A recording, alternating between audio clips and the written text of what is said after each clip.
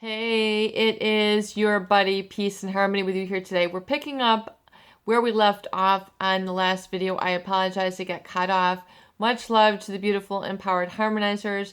And we are picking back up. We are zooming in and focusing in on a great viewer question, and that is, why does the malignant narcissist falsely accuse, gaslight, and project onto others? These are heavyweight psychological terms, but we are still addressing this because it's very important to understand the how and the why of this. So now, as we're saying, the malignant narcissist will project and falsely accuse those others who they have targeted, who they have made vulnerable, who they have beaten down, they are exploiting an individual's need and desire to have a close relationship.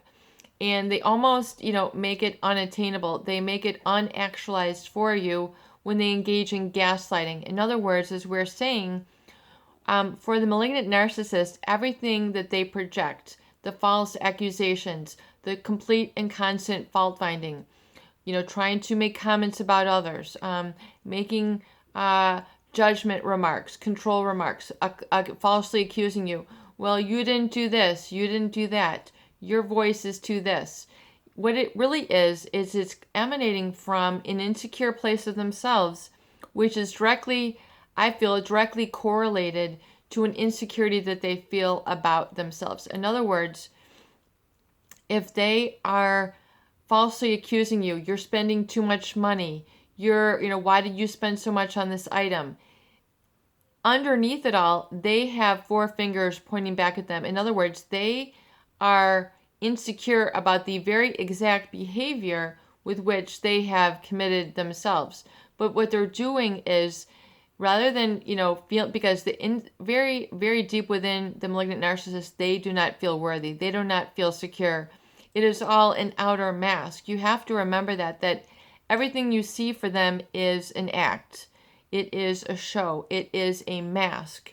The mask of sanity. Understanding the psychopath, the malignant narcissist. They have an insatiable need, just like an alcoholic has an insatiable need for alcohol. The malignant narcissist has an insatiable need for power. So if they can throw others off by being confused and in total chaos and feeling insulted, in total complete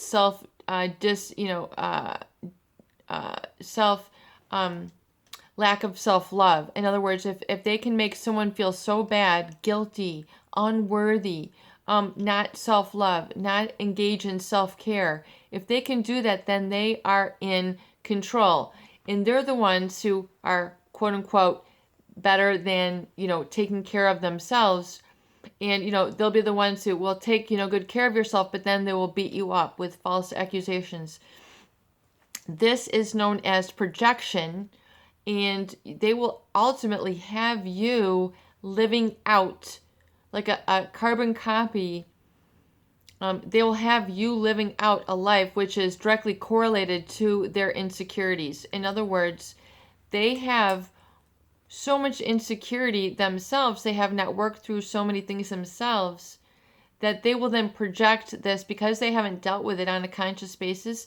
Subconsciously or unconsciously or maybe even consciously, they might just explain, well, I've been this way my entire life, and here they are, still engaging in catastrophic thinking, always catastrophizing, always awfulizing, always doomsday thinking, always what is known in the psychological community as dramatizing, constantly overreacting. So the attention is always on them, and you are then engaging in lack of self-belief, self-love. In other words, if you can live in self-doubt, they have just caused you to be down energetically, and then it makes them up energetically. It's a lazy man's way to elevate yourself and find significance. If they can shoot others down and they can project, then automatically they're the ones who are left, on the soapbox, on the number one,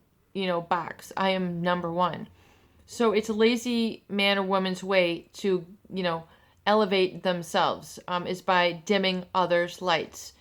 And so, but really realize that the projection, the false accusations are a way for it. It achieves a couple things for them. A, it creates confusion in you and self-doubt, and a way for you to basically engage in a thought disorder where you're not able to think coherently or cohesively with your own heart, your own instinct, your own solar plexus, your own prefrontal cortex, which is your, your rational mind, your logic mind, and also which weighs out good judgments and makes a vision for yourself. If they're able to dismantle you there, then you cannot make decisions very easily. You cannot feel good about your decisions. You cannot operate with feeling like you're having good judgment. You're not able to dream. You're not able to be engaged and connected to your life purpose. If they can sever that very crucial and lifeline connection within you, they have just a win. For them, it's very kind of like a sadistic, but it's a very power-hungry way to take others down. So it's a way for them to just basically project all of their own securities. And what's very interesting is that when you look at the self-projection or the false accusations of others, whether it's the way that they dress, you'll find a very direct correlation to what they actually do. So in other words, it's a very, if they make a comment about your dress being such and such a way, it's actually their dress, which is this and this way. If they're making a false accusation about your career choice, well, they have, done this in their life. If they're making an accusation about your voice, well, look at their voice. If they're making an accusation about how you make coffee, look at what they're doing with coffee. Food, money. Really, you will be able to see that there's actually a flaw within them which they don't want to deal with or let the world see. So what better way to cover it up than by throwing mud and projecting that very thing onto another? It's very, very incredulous. It's very hurtful, and it's very confusing, and it takes people's life purpose out of them. It really creates a lot of self-denial, self-deprecation. People end up going through days and years and lifetimes of feeling depressed, not knowing that they are lovable, not knowing that they are loved, not knowing that they are good, that they are worthy, that they are magnificent.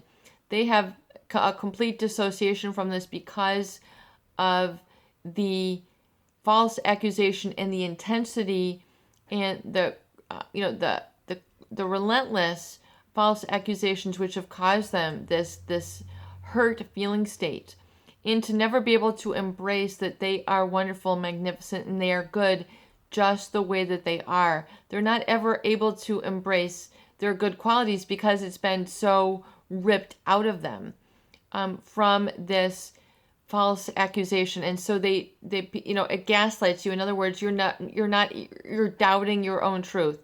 You're doubting your own judgment. You're doubting your own decisions. Even though this makes you happy, even though this is fun, even though this is good for you, even though this is who you are, even though your prosperity, even though you've got relationships coming along, this is all going to be a target for lambasting. It's very interesting how this is a tool of the malignant narcissist. And yes, they will send other, what viewers call flying monkeys, to support these false accusations. So if you've been the target of these false accusations, begin to identify that is false.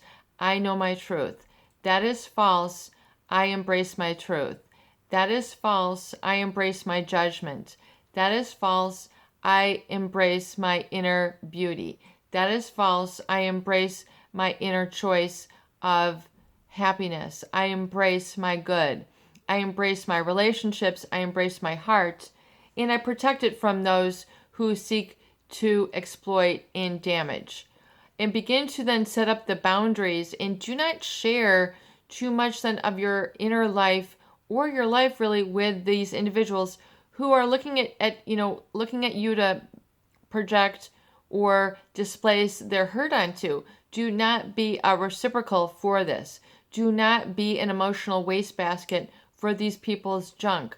When we talk about toxic relationships, it is exactly that. It's a toxic emotion, which is very difficult to see because we don't really have a slide. Hey, peace and harmony, can you put it on a slide and let's look at the, microscope?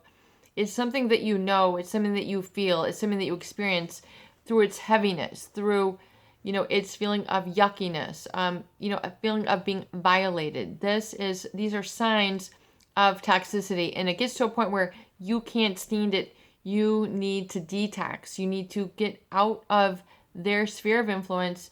You need to get into your own personal sphere of influence, your own personal sanctuary, rehabilitate, resensitize yourself, engage in your astromations, your positive orderly direction thinking, not listening to all their crap, whatever it is, chutzpah that they're trying to take you down with, their mudslinging. Cleanse yourself of it completely. Dissolve it out of that heaviness, out of your system. Engage in your higher power.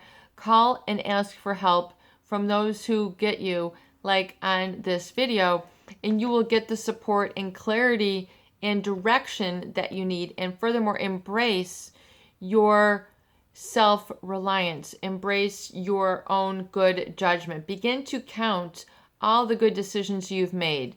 Begin to understand and use your recovery journal. I have good judgment. I have good judgment. I trust in my judgment. I love having good, sound judgment. I make wonderful decisions for myself, engage in positive, orderly direction thinking, and I feel so good about this. In every day, in every way, I'm getting better and better and better with my choices, my decisions, and I love it.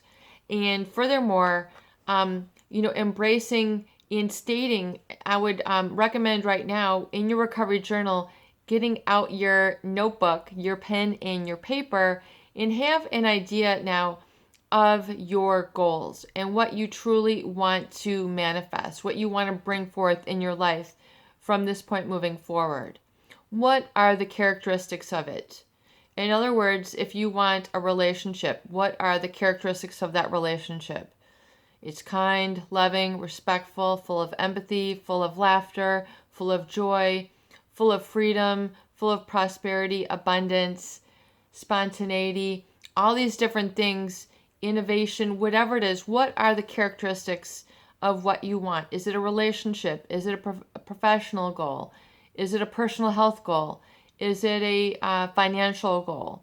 Is it a goal to have some certain emotional states? What is it that you want to bring about in your life? And write that in the top of your page. I truly wish to bring about. Write it down. These are the characteristics. Write it down.